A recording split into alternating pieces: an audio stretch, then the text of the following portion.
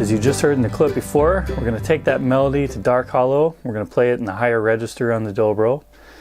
I'll break down just the basic melody note by note, and then also we'll look at a more advanced arrangement of it as well. Along the way, I'll talk about some different techniques, mostly about some intonation ideas, trying to stay relaxed with the left hand as you play higher up the neck.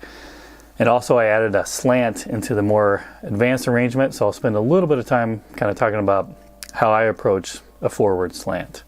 Also included with this lesson is the C major scale on that first string.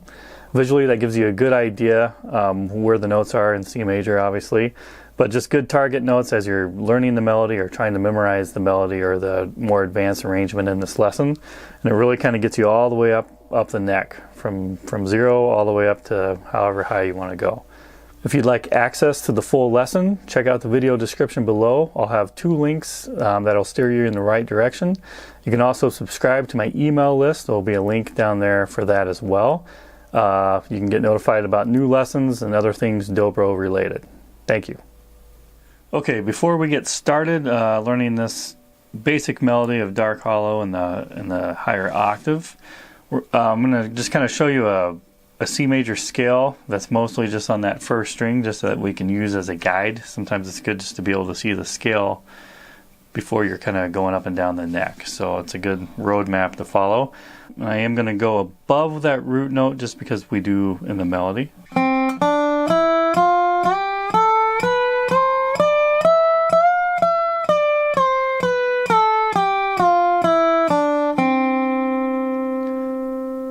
Alright, so that's starting. I'm actually going to start that on that first fret of the second string because that's a C note and that is the root. And it's a little bit easier for our ear to start on the root than it would be the second note of the scale. So we start there with the root, and then we're going to hit that first string open, which is our D, second fret, E, third fret, F, fifth fret, G, seventh fret, A,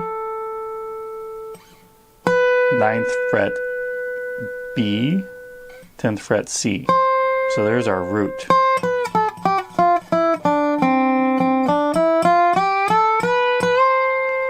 Scale sounds complete, but then I went ahead and went above it because there are some notes that we're going to use there too. So that 12th fret's a D again, 14th fret, E, 15th fret, F. I think that's as high as I went.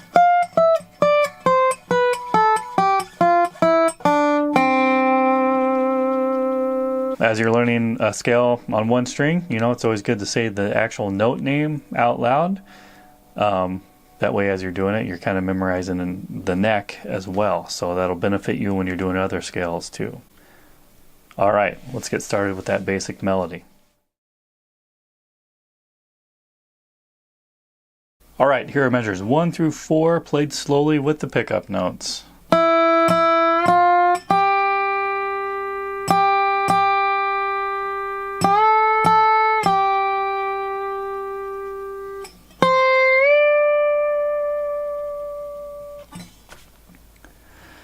So it's going to start with 3 pickup notes. It's going to be starting at that second fret of that first string. I'm going to hit that twice. Then move the bar up to that third fret. Again, I'm not really paying attention to too much fingering on my right hand for this for the basic melody here. Usually for the top string, which is most of these notes, I'm just going to use my second finger of my right hand. And I'm also not paying too close attention to, you know, whether I want to slide into these notes or not. That is totally up to you. I did mark some slides on the guitar tab, on the tab, and you can choose to do those or not. But so again, it's just second fret twice up to that third fret, and that's leading to our first melody note in measure 1, which is going to be that 5th fret of the first string. Then at the end of that measure, I'm going to hit that again, leading into the second measure, same note.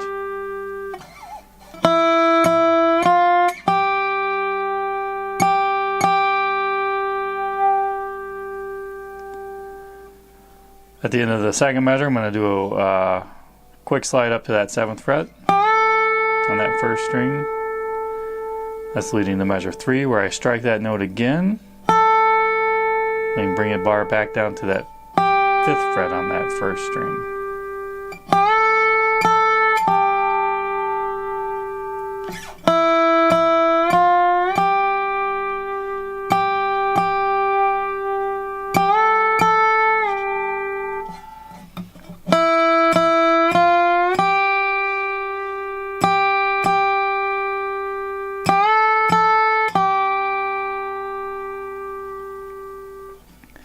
Then at the end of measure 4, those two notes are acting as pickup notes into measure 5, but I'll go ahead and grab them here since they're on the screen.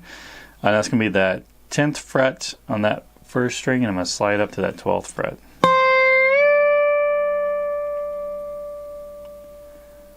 So here are measures 1 through 4, played slowly one more time.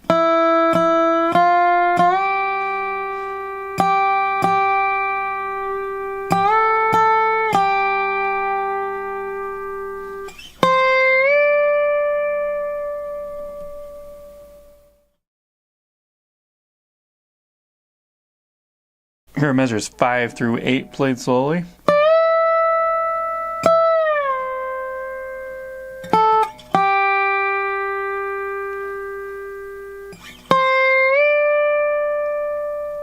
Alright, so yeah, that first note in measure 5 is going to be a quick slide from that 12th fret on the first string up to that 14th.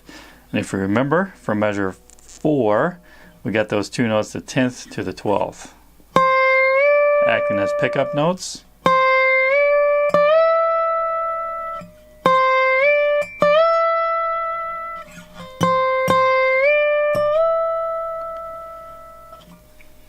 And at the end of measure 5, we were up at that 14th fret, and we're going to slide all the way down to the 10th fret. And that can be kind of tricky to do to get in tune, and the best thing you can do is really relax your left hand and go slow at first. Try to really pay attention to any amount that you're sharp or flat. I find that just kind of trying to stay as relaxed as possible with your left hand is usually can fix a lot of intonation issues. At the end of measure 6, we got the 10th fret of the second string. So I'm going to pull the bar back. In this case, I'm not letting the bar touch that first string. And I'm just going to strike that note by itself.